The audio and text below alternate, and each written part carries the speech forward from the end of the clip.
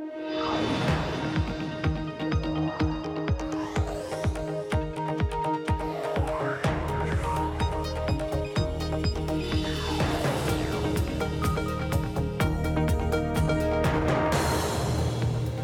Emily Chang in San Francisco, and this is Bloomberg Technology. Coming up in the next hour, Amazon pulls out of New York, scrapping its plan to build a second headquarters in the city after backlash from some residents and politicians. We will speak with local officials who opposed the deal.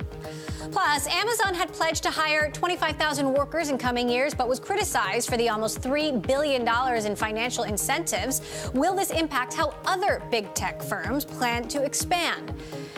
And Congress works to get the Green New Deal off the ground as the Senate just passed a spending bill to avert a government shutdown. We'll speak to Representative Earl Blumenauer of Oregon.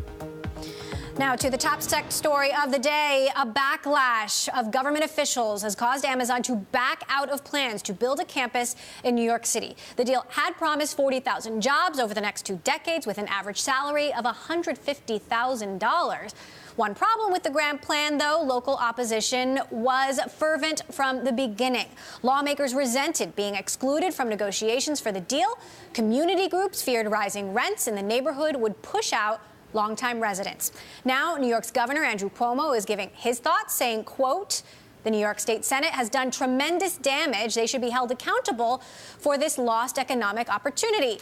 Joining us now to discuss, Democratic Queens City Council member Jimmy Van Bramer, who had opposed the deal from the start. Also with me here in the studio, Bloomberg Tech Senior Executive Editor Brad Stone. So, Mr. Van Bramer, you are claiming victory here, running a sort of victory lap. But is this really a win? Well, no one's running a victory lap. But what I would say is this is a victory because we fought for our values. We challenged this deal from the beginning because Amazon has a track record of not treating its workers right and is being horribly anti-union. We exposed them during this process over the last few months where they declared once and for all that they would fight any attempts of any employees of Amazon directly to organize. That's antithetical to my values as a progressive New York City Democrat. I think it's antithetical to most of us in New York City, and they refused to budge. At the end of the day, Amazon chose to leave. No one killed Amazon. Amazon walked off the field because they refused to change their ways, and they simply didn't want, I think, to risk having to allow their employees to organize, which is outrageous. Now, Brad, Amazon has turned some of its supporters into enemies as well. This coming from Mayor Bill de Blasio, who said, "We gave Amazon the opportunity to be a good neighbor and do business in the greatest city in the world. Instead of working with the community, Amazon threw away that opportunity." If Amazon can't recognize what that's worth, its competitors will. Well, I think Mayor de Blasio is doing some damage control here. He was a proponent of the deal that is now blown up in his face. But look, this is a catastrophic outcome of this year-and-a-half process for everyone involved. You know, Amazon was looking for a partner, which it felt that it didn't quite have anymore in Seattle. It conducted this very public search. It did make mistakes in New York City. I think it should have trotted out Jeff Bezos more publicly to support this deal. I think maybe putting him in a room with politicians and officials like the councilman might have helped. But I also think on the other side, and I would like to ask the councilman, you know, you're never going to change Amazon's stripes. It has historically been, you know, anti-union when it comes to its fulfillment centers. These are white-collar jobs in particular in Queens. It's going to sell, it has said, technology like facial recognition to the federal government and departments like ICE. So what is losing these 25,000 jobs? How does that help your constituents at all, many of whom supported the deal? Well, look, I think it helps our city in the long run. It also helps the nation, quite frankly, because if we had not fought this fight in New York City, then we would have had other corporations also saying, look, you let Amazon not only come to New York City, but get $3 billion in taxpayer money, declaring themselves to be so anti-union that they would not allow members of their workforce to organize. If we allow them to do that, then everyone else coming after them will say, we're doing the same thing. And I feel like at the end of the day, this is a fight that needed to be fought. And also with respect to their use and support of ICE's work against immigrants in this country, Queens is the most diverse county in the country. We have so many immigrants, both documented and undocumented. How could we as elected officials who represent both a lot of union workers and a lot of immigrants allow Amazon to dictate the terms of this deal, dictate the terms of their arrival? The truth is, Amazon could have fought. They could have actually proposed new ways to do it. And I agree with you, Amazon didn't really fight very hard here. We never saw or heard from Jeff Bezos once. And there was almost no discussion from the time that this deal was announced in early November to today. And I was surprised at the announcement today. Since that time, there's been almost zero work on behalf of Amazon, the governor and the mayor's office, to actually try and solve the problems. Even organized labor said to Amazon that if you agree to be neutral, we might be able to go along with this. Congressman, let's talk about what the people wanted, though, or what it appears they wanted. Amazon says 70% of New Yorkers were in favor. We looked at an independent poll that found 57% of New Yorkers in favor. Now, when you ask them the next question, well, are you in favor of $3 billion in incentives? New Yorkers are more split, 46% support, 44% oppose. But could you also have done anything differently to keep Amazon at the table? Well, look, again, this is their decision to take their marbles and go home. I met with Amazon, took some criticism from some folks, and I believe that they, at the end of the day, were unwilling to move on anything. I believe it's part of their core values, their corporate values, to crush unions and any ability of their workers to organize, and they didn't want to change. And that's on them. I also think that there was almost no effort to respond to the criticism initially. The rollout was totally mishandled. Doing this in secret, bypassing community review, they were almost destined to fail. But even worse was how they've handled the last 3 months. Their appearances before the city council were dreadfully bad, and they were simply unable and nimble to move and maneuver through what they were going through. Brad, how much damage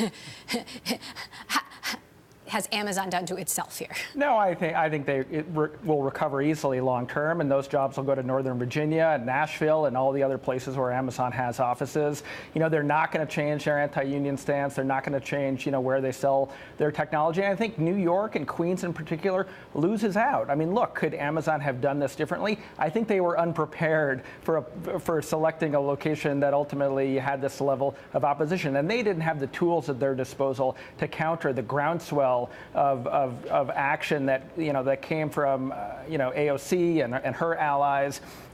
They could have done things differently, but I also think New York, unfortunately, is kind of sacrificing the longer-term economic benefits that Amazon would have brought to the city. Now, Mr. Van Bramer, and I apologize, we referred to you as a congressman, but you're a city council member. I appreciate the promotion. Are you at all concerned about political consequences for you? Well, look, I understand that there are people who are angry today because of what happened. And look, there are consequences when we take stands. But I'm willing to stand up for what I believe in. I'm willing to fight even the most powerful man in the world because of where I come from and what I believe. And so if there are people who will not support me going forward because I chose to defend working men and women, because I chose to defend immigrants, undocumented and documented, because I chose to defend the city council's meaningful role in land use review, then so be it. I know why I took on this fight, and I'm proud of it. All right. New York City Council member Jimmy Van Bramer, thank you so much for joining us. Bloomberg Tech Senior Executive Editor Brad Stone, as always. Coming up, the Green New Deal. Mitch McConnell wants to put it to a vote, and Democrats are calling him out for it. We speak to one of the bill's co-sponsors, Congressman Earl Blumenauer of Oregon, about that and the Amazon news today. And if you like Bloomberg News, check us out on the radio. Listen on the Bloomberg app, Bloomberg.com, and in the U.S. on SiriusXM. This is Bloomberg.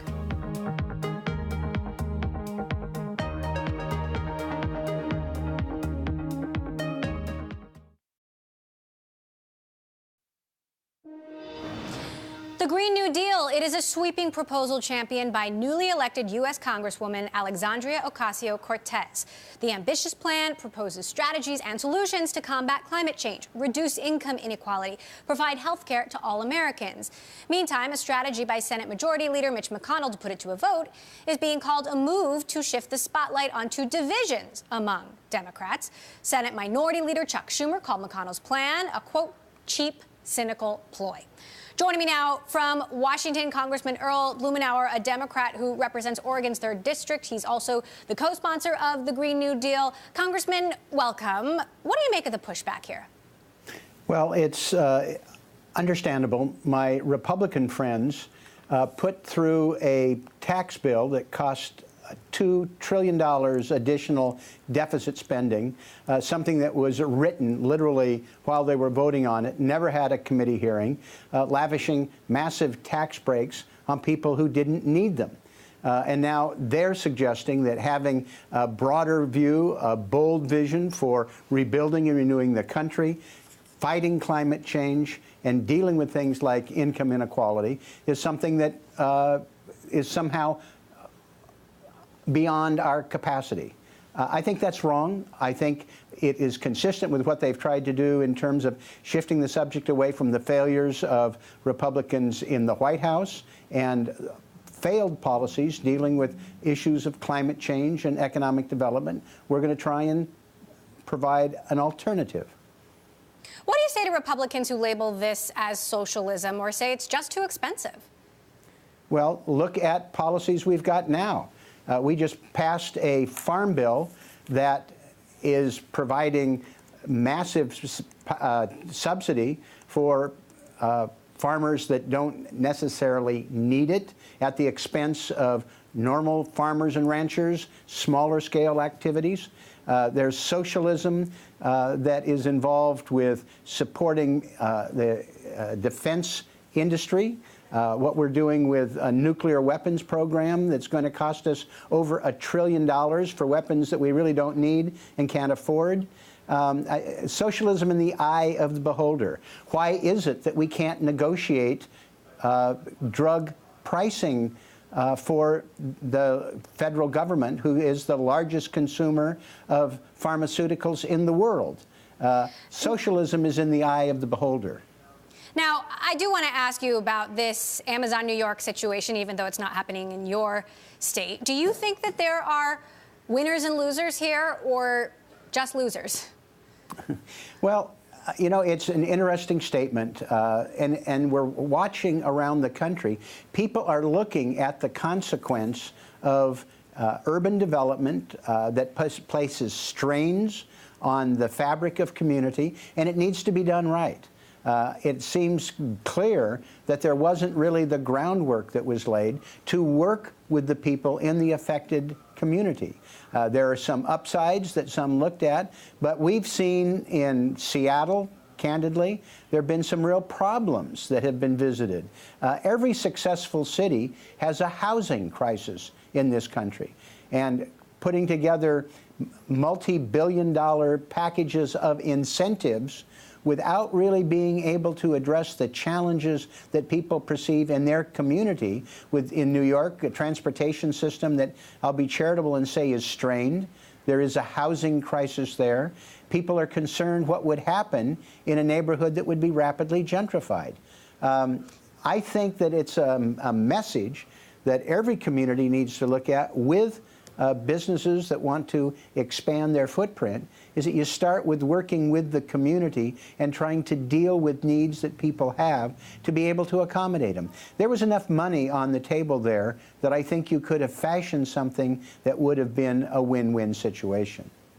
Now, you've been one of the biggest advocates in Congress for legalization of marijuana. There was a hearing this week on marijuana banking, but it doesn't seem like most banks are hot on offering services to the marijuana industry. Do you feel like there's real movement in Congress on this? Oh, absolutely. And the movement started around the country. We're watching where the public has voted. We've watched state after state approve initiatives to legalize some form of marijuana. Now 47 states have some form of state legal marijuana. Now, the problem with the banking industry, it's not that they don't want the money. They desperately would like to do business with a multi-billion-dollar enterprise that is growing with leaps and bounds. But the federal government has an absolutely insane policy to deny these businesses that are legal at the state level from having access to financial services. I've worked on this issue for years, from coast to coast. I've never met a single person who thinks there's any benefit in forcing state legal enterprises in cannabis to not have banking services if you care about money laundering, tax evasion, and theft. So this was a very critical initial hearing. I think it will pass, and I think we'll watch other things that move forward in this Congress, like dealing with bipartisan legislation on research and allowing veterans in states where it's legal to be able to work with the Veterans Administration on medical marijuana. This train has left the station, and the hearing this week was an important mark along the way. All right, Congressman Earl Blumenauer, thank you so much for stopping by. Coming up, we continue our coverage of Amazon pulling the plug in New York City. What the departure means for the state's real estate market next. And we are live streaming on Twitter. Check us out at Technology and follow our global breaking news network TikTok on Twitter. This is Bloomberg.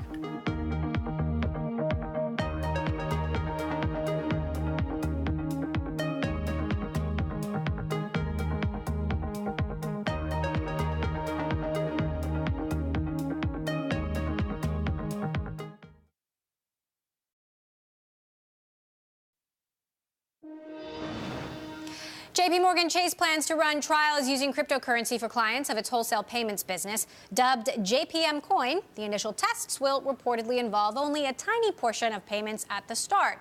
The initiative is based on blockchain technology, the decentralized public ledger for cryptocurrency transactions. Returning with our coverage of Amazon, meantime, the e-commerce giant's abrupt breakup with New York City sent a shockwave through the city's real estate community. Thursday, Amazon's arrival had promised thousands of high-paying jobs and economic opportunities. Now the reversal has many concerned over its impact on the market and the power tech companies have over the real estate market. Joining us to discuss, Redfin chief economist Daryl Fairweather. Daryl, thank you so much for joining us today. I want to start with, you worked at Amazon for a couple of years before joining Redfin. So curious what your perspective is as a former employee of the fact that Amazon faced so much backlash in New York City and has also faced backlash in your hometown of Seattle. That's right. Just a few years ago, Amazon was going head-to-head with our city council, and we're really kind of cast as the villains when it comes to housing affordability.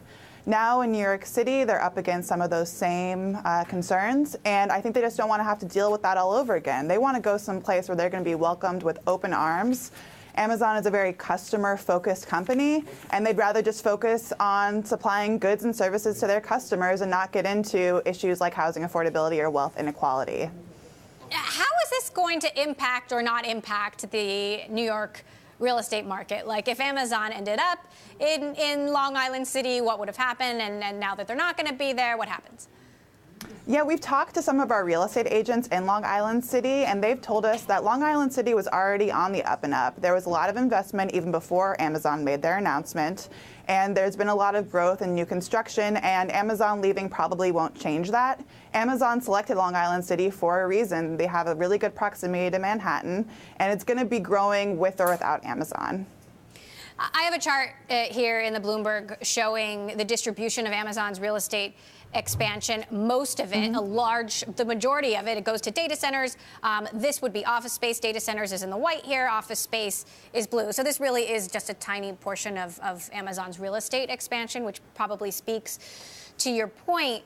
You know, what does it mean for Northern Virginia? I mean, will it bring benefits, you know, when it comes to the real estate markets to Northern Virginia, or could we see pushback from those residents years down the line? Well, Amazon announced that they were going to do another HQ2 in D.C. in Northern Virginia and also put 5,000 jobs in Nashville. And those areas are going to be much better able to absorb new migrants, new jobs. Nashville in particular has had a really good track record of being able to absorb all the people coming to their city. It's one of the top migration destinations according to our Redfin data. And because they've been able to grow their housing supply, housing has stayed affordable. Northern Virginia has a lot more room to grow as well, and they probably won't face as much backlash there. So Amazon now saying that they're not going to further pursue an HQ2 search. They're going to stick with Northern Virginia, stick with Nashville as a sort of mini hub. Do you think that's a loss for anyone? So I think that those cities are very able to absorb new Amazon jobs. I think what's going to happen is that there are going to be some cities over the future that are going to be eager to take on new jobs, whether they're from Amazon or other tech companies like Apple, Microsoft. And there are going to be some cities that really have to deal with their own housing affordability issues before they can absorb new migrants. New York is an example, San Francisco is another example, and so is Seattle. They're going to have to start looking at rezoning, increasing housing density, before they can start to take in more jobs. Otherwise, they're just going to see their housing rates go up, and it's going to be more and more unaffordable to live in those places. Now, you're a Seattle resident, so very familiar with the pushback that Amazon has gotten there. Do you think that Amazon needs to do a better job dealing with its impact on the community? I think from Amazon's perspective, they've done a lot of positive things for Seattle. I came to Seattle for Amazon because I was offered an attractive job, and I've really enjoyed living in Seattle. And I think Seattle has benefited from the migrants that have come here. But at the same time, Amazon feels like they could go to another city that has more room to grow and bring prosperity there. Anytime that a city experiences a lot of prosperity, they have to deal with inequality, and the residents who've been there for a long time see their rents go up and have to grapple with that. So I don't think that's necessarily Amazon's responsibility. I think that it's up to local governments to really plan ahead and figure out what they're going to do ahead of time in order to absorb prosperity. All right, Redfin Chief Economist Daryl Fairweather joining us from Seattle there. Appreciate you stopping by. Coming up, this local politician has been at the center of the Amazon HQ2 backlash. Our conversation with New York State Senator Michael Gianaris is next. This is Bloomberg.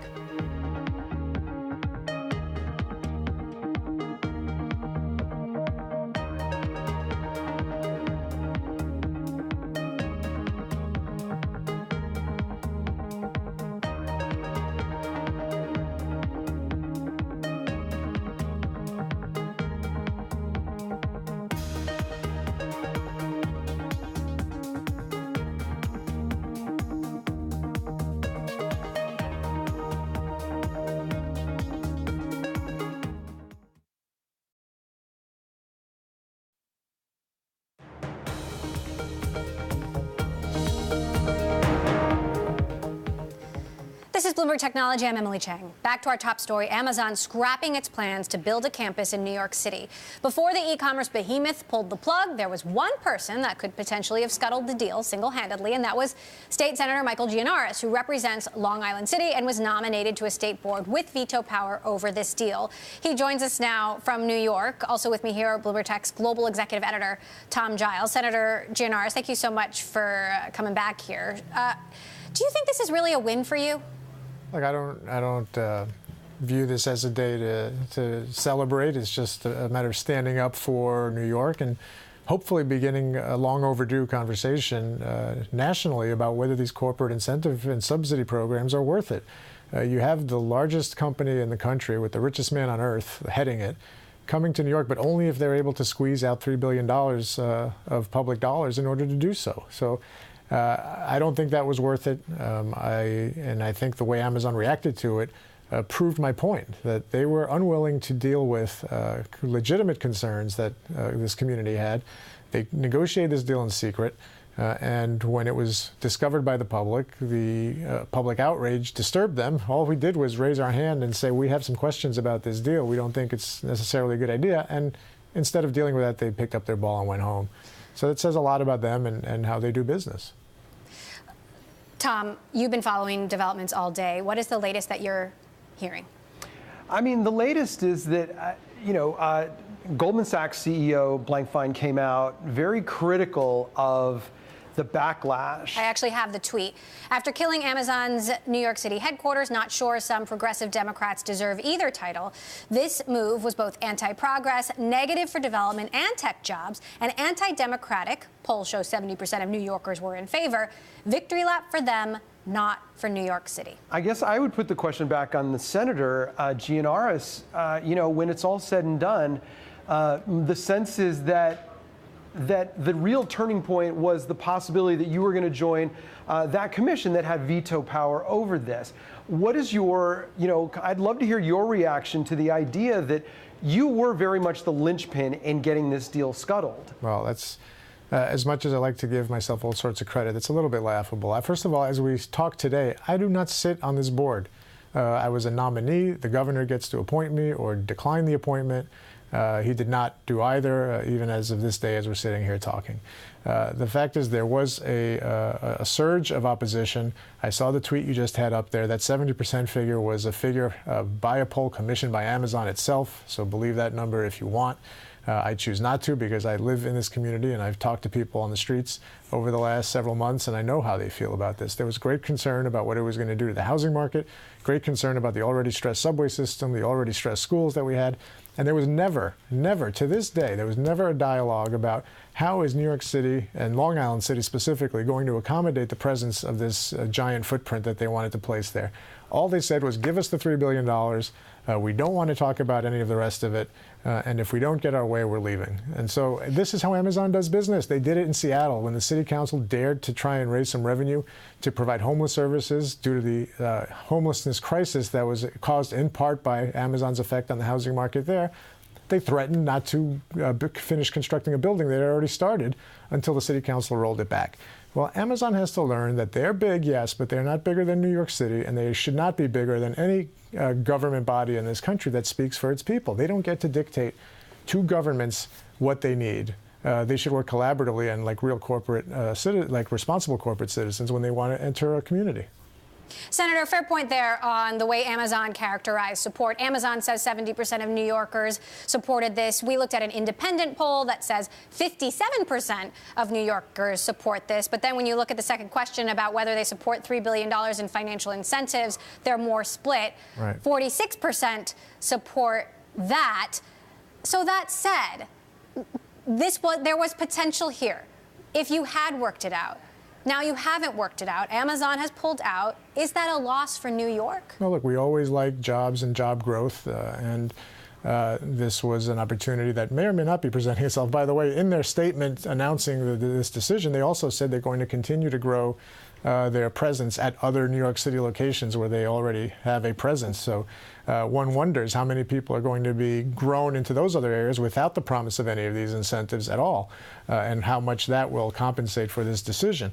But we also should put it in context. New York City, over the last decade or more, has been growing new jobs at a rate of about 90,000 per year.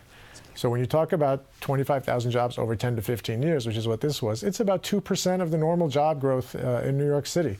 So it's not insignificant. We all want jobs and greater employment, but it's also not some earth-shattering situation the way it's been presented. Senator Gianaris, this is Tom again.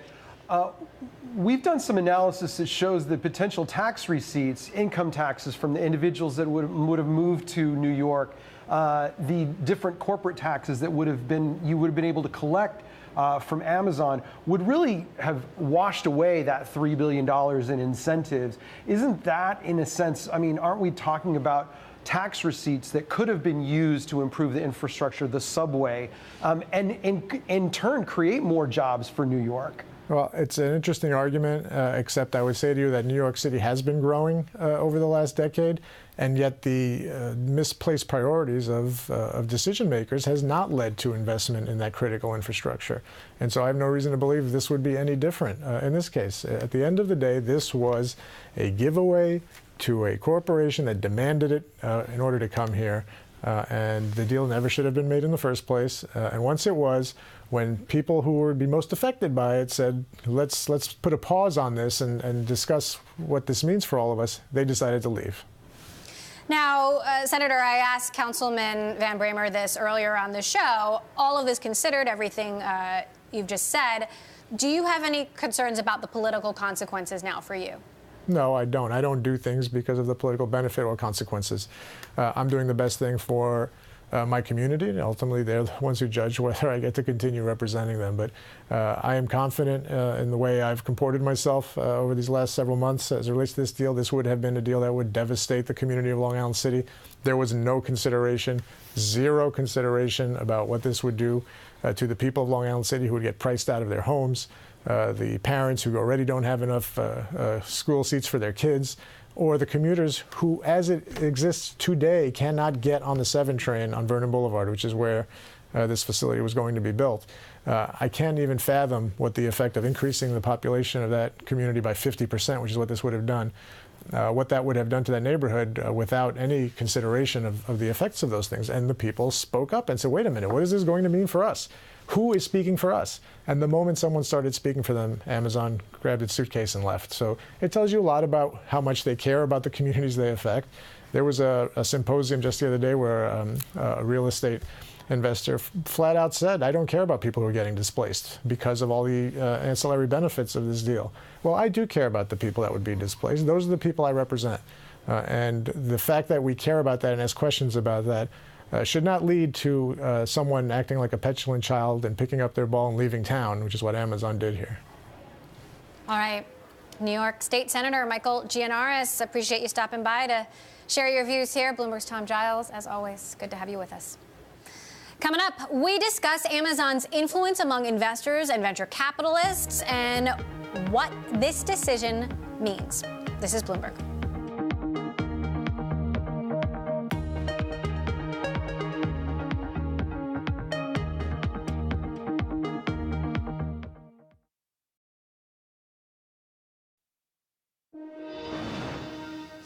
So what does Amazon's decision to pull out of New York mean for tech investing? We're joined now by Heather Redmond, Flying Fish Partners co-founder and managing partner in Seattle, who we've spoken to before about Amazon's influence in its hometown. And with us in New York, David Kirkpatrick, founder of Techonomy. Heather, obviously you're very familiar with the impact that Amazon has had on Seattle.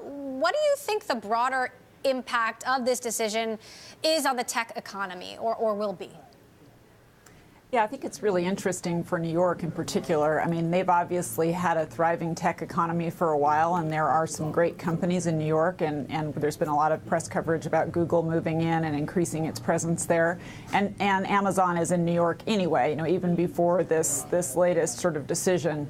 But what I think is interesting is that what we've seen here in Seattle, and certainly what we've seen in Silicon Valley, is that when you have major anchor tenant companies like Amazon that are on the cutting edge and are continually coming up with new businesses to start, it's very valuable to the rest of the startup ecosystem. It attracts venture capitalists. It attracts other large companies, which we've certainly seen here in Seattle. All of the big boys are here in large part because of Amazon and Microsoft being headquartered here.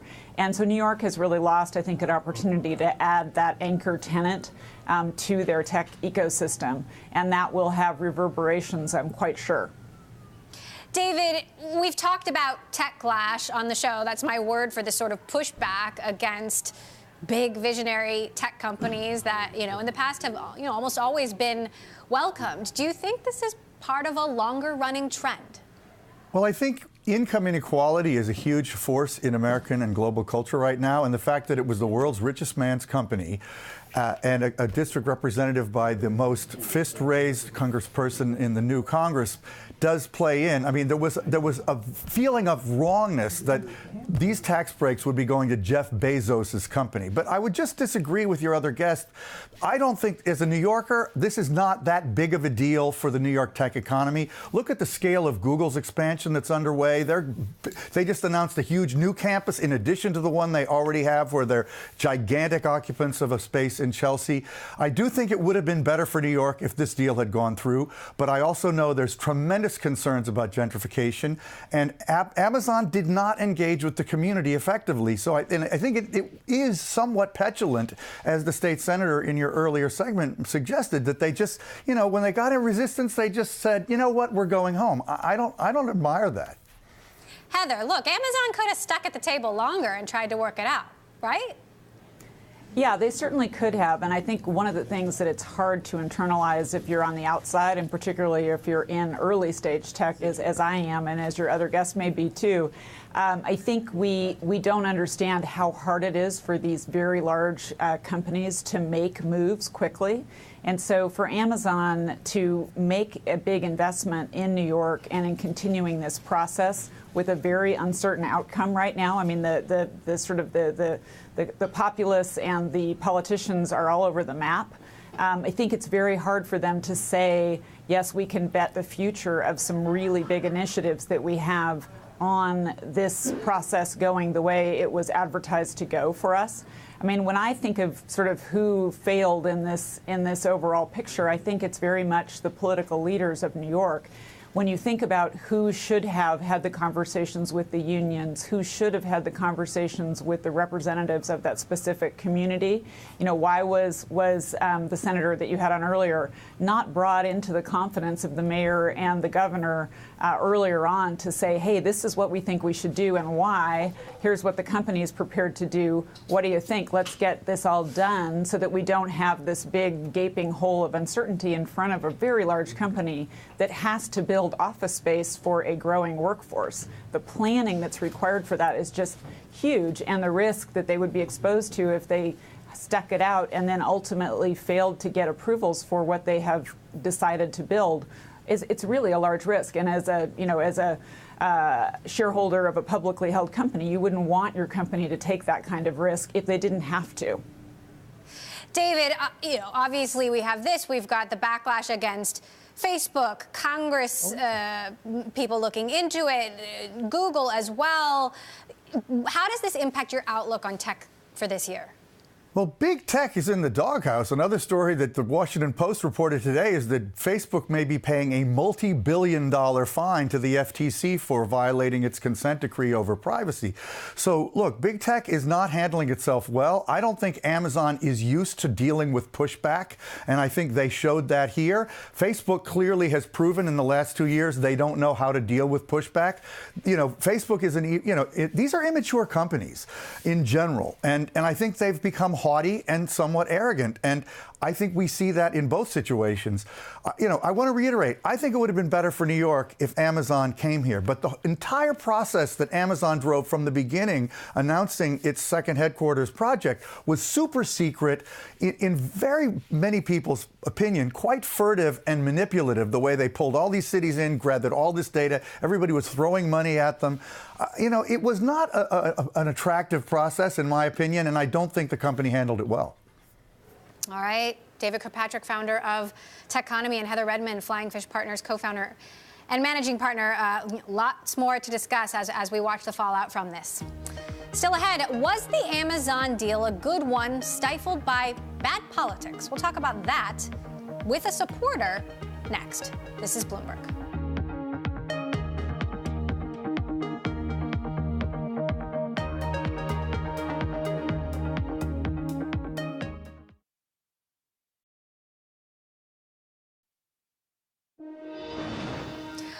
Real estate flipping has gone high tech. That is thanks to algorithms and some Silicon Valley venture capital. Zillow, better known for operating apps and websites that help buyers find homes, but recently the Seattle-based company has been growing its instant offers business. Zillow now buys houses, fixes them up, and resells them, and it earns fees for providing simple and fast transactions.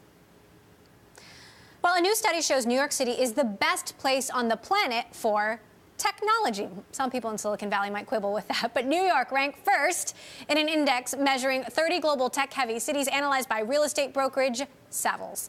Amazon may have had the right idea, but politicians didn't see it that way. Now, with the tech giant out of the city, what are the impacts New York might face as a tech hub? Here to discuss, we've got Julie Samuels, Executive Director of Tech NYC, which represents the companies and leaders that make up the city's fast-growing entrepreneurial high-tech industry. Also with us, Bloomberg Intelligence's Jitendra Rawal. So, Julie, as I understand it, you were in favor of this deal. How big a loss is this? Yeah, definitely in favor of the deal, still would be. It's really disappointing. It's a big loss. You're talking about tens of thousands of jobs that as of this morning were going to come here and as of right now are not. So while we're incredibly disappointed and we think this is a huge missed opportunity, both for the tech ecosystem here, but much more broadly for the city and even the region. The tech ecosystem, which I think we'll talk about, is still growing. Tech in New York is in really good shape, as you just said at the outset, and we still feel quite bullish about that. Now, Amazon shares, Jitendra, didn't change much today, ended the day 1% down. Does this impact Amazon's business? Longer term implications are different, but actually if you look at the expectations for this year and next year, it really doesn't impact them because this was mostly a multi-year plan to expand corporate offices, and the spending that's going up this year is mostly on the AWS and logistics and content and those kind of areas. So this doesn't impact the near-term expectations for Amazon at all, but longer-term implications with the political backlash, regulations, this, that, those things continue to be an overhang. Now, Julie, Amazon still has 5,000 jobs in the city already. Google has a big and growing presence in the city. Facebook as well. So what does this mean for New York's tech ecosystem? Is this an opportunity? Or, does this now leave a vacuum? So I think you got to think about what we see here already. Like you said, Amazon is committed to New York with 5,000 jobs, and I understand those will continue to grow. New York has seen incredible, really, really great incremental job growth in the tech sector. We have well over 300,000 tech jobs here across the city. That number will continue to grow. Companies want access, tech companies obviously, want access to the unique things that you find in urban landscapes, particularly New York. Diverse talent base, amazing academic institutions, cultural and arts institutions, public transit when it's working, these things that are so uniquely New York. So these companies will continue to come here, I have no doubt. They will continue to grow here. And you'll also see, I think, that as companies we don't think of as traditional tech companies increasingly are becoming tech companies, that the tech ecosystem will continue its growth. However, what we're talking about, the missed opportunity here is a really big bet. We're talking about thousands of jobs here and there over years. This was a commitment of between 25,000 and 40,000 jobs. And that is, that's disappointing to lose that in one day. From what you're hearing from tech entrepreneurs, tech employees, what do they say? By and large, we're hearing disappointment, particularly from the leaders of the community who are looking and have been so diligently growing this ecosystem. What the promise of Amazon was for the ecosystem wasn't just the jobs, but the idea that as you attract more engineers and more entrepreneurs, as you train more New Yorkers to be those engineers and entrepreneurs, and they come through the Amazon ecosystem, they come through the Google ecosystem, and then they leave and they build their own companies and they hire their networks, and that's how an ecosystem grows. And that's what took a hit today. Meantime, Jitendra, another big story we've been following today, the Washington Post reporting that Facebook could face a multi-billion-dollar fine from the FTC to settle their investigation into Facebook's privacy practices. We don't know the exact number here, but how big a blow is that? If you look at what happened with Google when they got hit by the fine, it was basically a one-quarter hit and moved on. But with Facebook, the worry is more about what's coming next. The last record fine was $20 million. So we don't know how big this one is going to be in that context, but it's about what's coming next is what sort of scares us more than what we saw with Google. A little bit more from this Washington Post report. The fine has yet to be agreed on by both parties. The FTC could take Facebook to court if negotiations fall through. More broadly, could something like this force Facebook to change its business model, and then could that have a big impact on Facebook's business. So yeah, so one catalyst for the second half and actually next year as well is them trying to merge Instagram messaging services and all those to monetize everything better. And if regulators sort of get in the way over here, that could derail expectations. So that is a risk for them from a business standpoint, especially it being a big catalyst, given stories is where growth is at for Facebook. Julie, do you feel the same backlash against Facebook in New York that we've seen in, among customers and in the media? I don't think so. I mean, Facebook is a really great neighbor here in New York. They're part of the broader tech ecosystem in New York. And one of the things about tech companies in New York, today's news aside, is that they're really increasingly part of a very diverse economy. Tech is not the only economic giant in New York. In fact, it's not the economic giant in New York. And that creates a much different political dynamic here. All right. Well, I did sit down with Sheryl Sandberg a couple of weeks ago, the COO of Facebook, and she told me they were in talks with the FTC, so we're going to keep watching how this one unfolds. Julie Samuels, Executive Director of Tech NYC, Jitendra Wawal of Bloomberg Intelligence, thank you both so much for joining us. All right, that wraps up a big day. The big news today, Amazon pulling out of New York City. We are going to continue to cover the fallout from this right here on Bloomberg Television. Of course, we are live streaming on Twitter. Check us out at Technology and follow our global breaking news network, TikTok, on Twitter. This is Bloomberg.